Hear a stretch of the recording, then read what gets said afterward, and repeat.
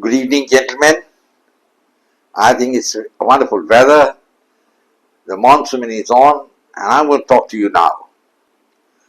And I'm going to talk to you about something which is apparent and may not be real. You all remember, that when we were young, we used to read what are called, I think, the old Norse myths, the stories, of Odin and the gods. And then there's a phrase which occurs again and again, which says, those whom the gods wish to destroy, they first make them mad. That's a very significant saying, and I'm afraid it's applicable to the European Union and to an extent the Americans. See, you can't just roughshod over the world. The situation is very different now from what it was, say, in the early 50s when General Eisenhower, the president of the USA, at that time America was omnipotent, and though Stalin was opposing them in Russia, the Russians were not a match for the Americans at that time. And of course, the Chinese were nowhere. China had just risen from the grave. There had been a civil war for almost 20 years. And after that, Mao Zedong had won, and he had taken on control of the mainland.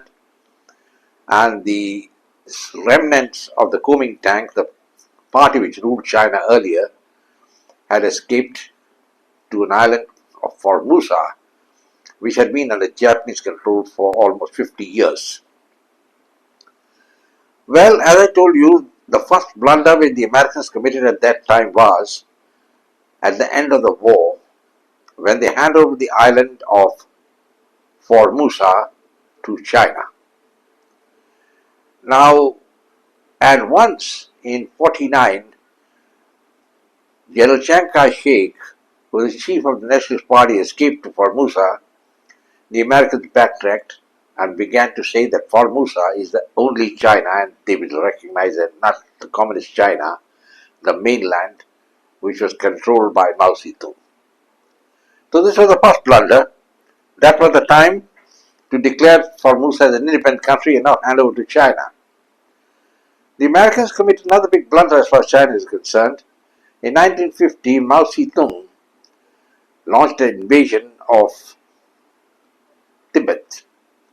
He used about 50,000 troops for this, and the Tibetans, who were armed with muskets and swords, were no match. They were beaten hollow, and yet the Americans, at that time, I think Truman was the president, just kept sitting on their haunches. I couldn't understand what was the American policy at that time, and they were either scared of China or they were wanting to have a different facet of China, a different way to approach China. I think at that time, the American think tank, the industry, had probably realized that China would be the biggest market for them, and so they wanted to mollycoddle China, and they wanted to break the alliance between Russia and China, that is the old USSR, and to an extent they succeeded. Russia and China became enemies, and then there were border clashes between them, but now things have changed. So it was a grave miscalculation by the Americans. I think they became mad. Because in 1963, I think, when the Chinese exploded their nuclear bomb, President Johnson had his bombers ready to bomb the nuclear testing sites. But at the last moment, I think he balked. He decided not to do it and let China continue to go nuclear. So it's very difficult to understand that when they allowed China to go nuclear almost 60 years back, they are so particular that Iran should not get nuclear weapons. The reason is very simple. China is a very big country, very big market, because everything they see from the point of view of finance and markets. And Iran is comparatively much smaller, and with a GDP which is also very low. And obviously they feel they can browbeat Iran, which they could do to China. And another thing at that time, which particular thing happened, was that the Indian leadership was headed by Pandit Jawaharlal Nehru, who was not a strong man at all. He had no steady sense, and he thought he was a great third world leader. He was sitting on the wall, and trying to balance things between Russia and America. At the same time, Panditji was championing the cause of China at every stage. And even now, I don't think historians are able to decipher why he should be so foolish. But anyway, what I have just told about the North, which was applicable to Nehru also. And now, over the period of time, when Donald Trump has come to power, the American hegemony has slipped quite a bit. China is now the second largest economy in the world. It's almost $20 trillion. The Americans have an economy of $30 trillion. But of course, where they score is in the per capita income, where the Chinese, I think, income is about $13,000. The American, that is income per head, the American is almost $80,000. I don't know about the exact figures, but it's on that level. While India is just $2,500. So the Indians crow a lot that they are now the fourth largest economy in the world, but they must remember that in per capita income, India is 143 out of 193 countries. And that's not something to be proud of. Small countries like Turkey, Kazakhstan, and Poland, Italy, they have umpteen times the income of an Indian, of an average Indian, that is the per capita income. So, gentlemen, this is another rosy dream which the Indians have been having, that they are going to be world powers. And in my view, I don't think India is going to be a world power for a long time to come. So, India has to latch on to somebody, and I think again, Narendra Modi has committed a big mistake when he thought that he could go along with Russia and also with the United States. Because now we've got a different president, and he's President Trump, and he has realized that America is slipping.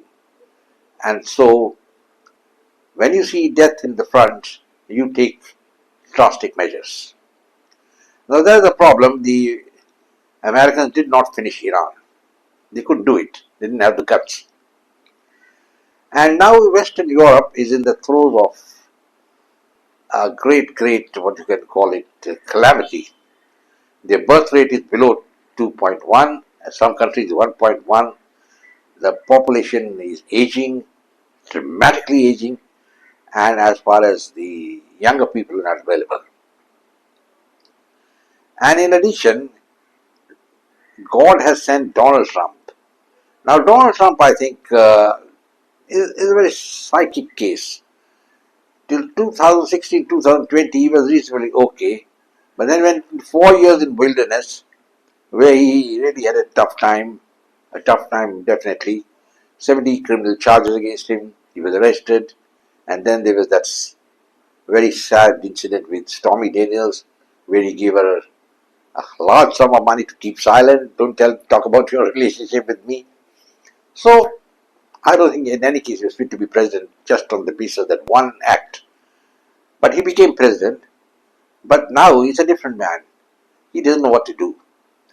Donald Trump now is roaring, yes, but he cannot bite. You can see what he did in the China incident, the tariffs, 300%, 350%. Now he's come down to a very, very manageable limit because he realized that he's getting goods from China worth $400 billion, and if he's going to put tariff on them, it's the persons who are going to suffer, the American public, and America, which is on a high pedestal, will come down. There's inflation, and the people are generally unhappy, and there's a lot of opposition to Donald Trump in America, let me tell you. There are 2-3 states in America who want to secede and have their own independent way and be away from the clutches of the American state and Donald Trump.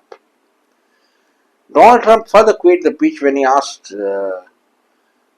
Canada to become the 51st province. I mean, you can't do such a thing. Canada is a very big country, may have a less population, but it has been bigger than America perhaps. And then he wanted to make Greenland a province of America, and he was trying all sorts of things. And I think, you see, he was a maverick. Maverick is a man who just not running around with the reality. He thinks of his own self, and that is where his problem is coming. Now, the world is in a state of flux.